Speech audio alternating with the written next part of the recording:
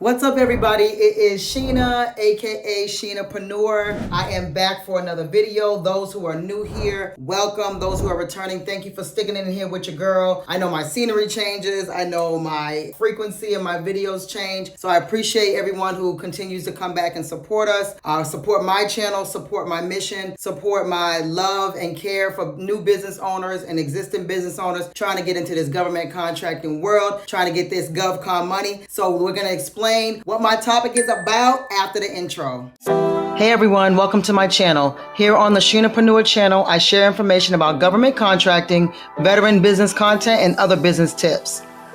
Okay, so today I want to talk a little bit about my transition story. So those who don't know, I am a retired Army warrant officer. I retired in 2022. I did my full 20 years. I was a signal warrant officer, which means that I was in the IT field, believe it or not, because my company that I currently run now, Foresight Industries, is in the facilities management industry at the federal level, local level, and corporate level for government contracting. So we provide facilities management services such as janitorial, flooring, pressure washing, litter pickup for the federal, local government, and corporate agencies, as I stated. So some people will come to me and ask, like, hey, I have a job, I have a 9-to-5. How can I get into government contracting? And especially if you're already a DOD civilian, meaning that you work for the federal government or even the state government for that matter. You work for the government and you want to get into government contracts. And some people are even contracting officers and they're asking, how do they get into government contracting? We accept everyone who is in this transition, everyone who is trying to transition out of a 9-to-5 job into government contracting, whether you have no experience or a bunch of experience. I just want to kind of share what I went through in my transition. So with me, as I said, I was in the Army for 20 years, but for a portion of that toward the end, I was a reservist, an Army reservist, which means that typically it's supposed to be I work 1 weekend a month for the government in whatever my field is, and then 2 weeks throughout the year, I'm full-time for those 2 weeks, but not your girl because I'm non-conventional, right? So for me, I was actually active duty most of my time. So even though I was a reservist, I did a lot of active duty time. I was on and off of active duty, well, mostly on almost every single year. After I got off of official active duty, I was mostly active duty from 2008 to 2022. So I had maybe a couple of years here and there where I was not active duty, but most of that time I was active duty. And that's why I was able to maintain my duty station for such a long time. I was there basically most of the time, except I deployed, went to a couple other units, came back to that unit to work full time, blah, blah, blah, et cetera, et cetera. So I'm saying all that to say that when I was in the military as a service member and I transitioned as a DOD civilian twice. So I want to say it was 2009, I was offered a GS5 position. And if anyone has worked in the federal government as a civilian, GS5 is like, you cannot even keep the lights on, honey. That was a very, very short-lived position, but it was me trying to transition into the DOD side as a civilian because my service member active duty time was not certain. So, but I ended up just deploying and saying, F you in your job. I didn't say F you. I didn't say F you because I was grateful for the opportunity. Any money in the door is better than no money in the door. I let that position go, but then I became a DOD civilian again in 2020. Yeah, 2020. After I came off of another stint of active duty in 2019, I became a DOD civilian again in 2020, but I started my business in 2017. So what I was doing before, I did a bunch of stuff throughout my military career as far as business because I was on and off active duty, and some periods of time off active duty was longer than others, like 6 months, a year, then it'll be 3 months and whatever. I had a massage studio. For those who don't know, I actually did legal massage, like professional massage where you go to massage therapy school. I had a studio for a little bit. I had to let that go because of me being deployed. But, it was all good. It was a very, very unique experience. I really enjoyed having a brick and mortar a brick and mortar meaning like a building you can go to do your work, whatever. That was a long time ago. And then I did real estate for a little bit. So I started real estate kind of in like 2014, just like everyone else. I think at that point, I wasn't an agent. I wasn't a broker. I was doing real estate investing. I got up to 7 houses, but I realized I was too volatile to be a landlord. So I had to let it go because it was either me going to jail or somebody else going to jail or worse. So I was like, okay, I like real estate as far as renovating and making spaces new again and making buildings just beautiful and magical without tenants. So I had a contractor already. So it's 2014 to like 2016, 2017. I already had a contractor who was helping me do the renovations for my real estate. And so I was like, people kept asking me, oh, when you get out of the military, you know, what are you gonna do? And so I'm like, well, y'all don't even know. I be out here doing stuff anyway, legal stuff, right? Doing other business stuff because I've always been an entrepreneur my whole life. So people were just kind of asking, they're like, well, you should do government contracting. I'm like, oh, what is that? I don't even know what government contracting is. I can't even spell it, right? And so the conversation was coming up with different people at different times. So it was very interesting that I just dove into learning about government contracting. Now back then, and really this was like 2015, 2016 is when I kind of started looking at it. Yeah, so my business is 6 years old. This is June 2023, but I started my business in April of 2017. But like 2015, 2016, I was exploring what government contracting was, like just YouTube University, reading, classes, everything you can possibly think of to try to figure out how to get into this space because I didn't know what it was really. And so I just said, okay, well, I like real estate as far as making things beautiful, but I don't want to be a landlord. I don't want to worry about any of that. It was facilities maintenance is what it translated to, and then facility support services. And now we just use the broader term since we do commercial clients as facilities management. So it kind of matched up with what I was already doing, like whether it was maintaining a facility, a house, or a commercial space, or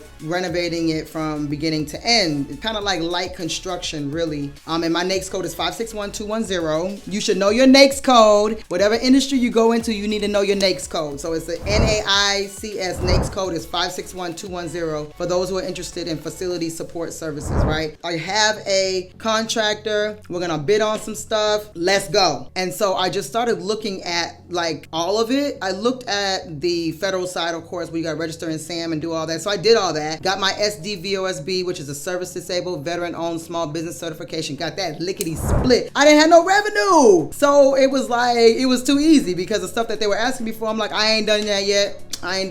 So it just was a very easy process. I know some of you out there who are going for your certification, you're dealing with a lot of stuff. The simple thing to do is to make sure that everything lines up with you starting that business, because what the SBA took it over now, but if they follow the same rules as the Vet Biz site, they want to make sure that you are completely dedicated to your business. Anyways, that's a side note. So basically, I was still working full time. Like I said, I didn't become a DoD civilian until 2020. So I was still active duty wearing my uniform. And the thing about being a reservist, when you have drill, and drill is not drill music, but what drill is you have to work 1 week in a month, right? So mind you, I'm working full time, 5 days a week, wearing my uniform, got my hair up in that little bun. It wasn't, you know what I'm saying? It wasn't in locks like it is now. They allow locks now, but they didn't allow locks back when I was in. So I was wearing my uniform and then had to work on the weekend. So I had sometimes where I worked 14 straight days before I had a day off. And of course, those who don't know, I am a mom, a very active mom. My daughter will be going to college this year. Oh my God. Like, we for real over here, okay? And I'm a wife. So it's like I was really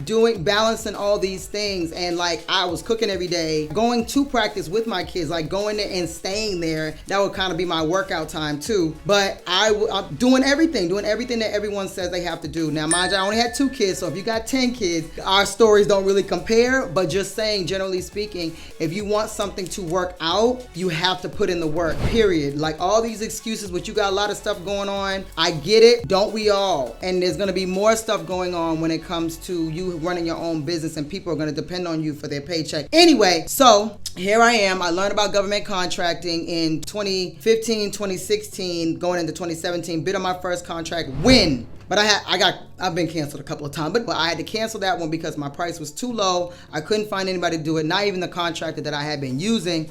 And then boom, bid on the second contract, win, okay? I want to say I actually put that bid in on my birthday. I know I was working on it. I just can't remember if I actually turned it in that day because that one had to be hand delivered or mailed or whatever. But I remember I was doing something on my birthday with that bid, and it was very, very hard. And everybody was trying to like talk to me. I'm like, do you understand?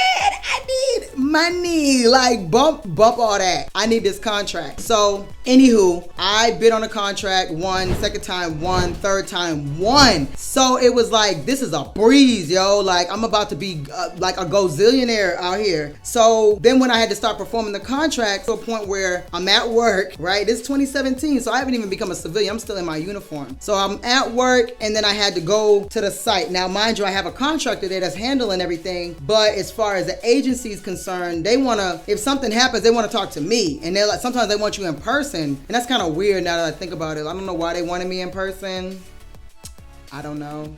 But nonetheless, I had to go way out. And that particular, the first one I performed, that was a 6-figure contract. That was way out, like far from me. It was even far from my job. So from my house, it was about an hour and 15 minutes. And from my job, it was like an hour and 40 minutes. So it was like, what you need? Because but then you don't want to make it seem as if you're not dedicated to the agency as well. So you're like trying to balance the job that's paying you now and the agency that's paying you now.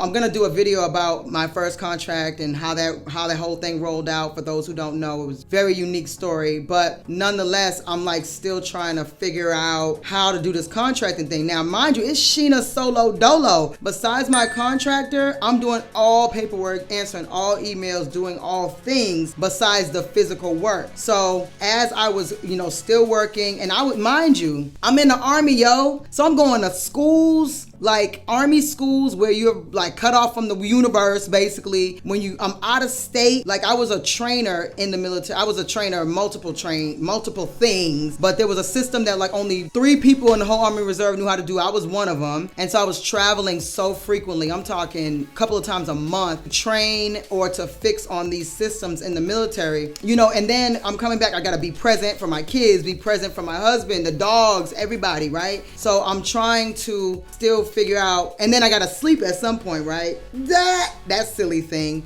But then I had to start figuring out how to transition myself, my thinking, okay? Most of us don't get up early. Most people stay up late. Now for me, with the government, me working for one, especially when I used to have to drop my kids off at school, we had to leave the house by like 6 o'clock a.m. So what time you back that time up to getting ready, whatever, and I had to face the world outside of the house pre-COVID.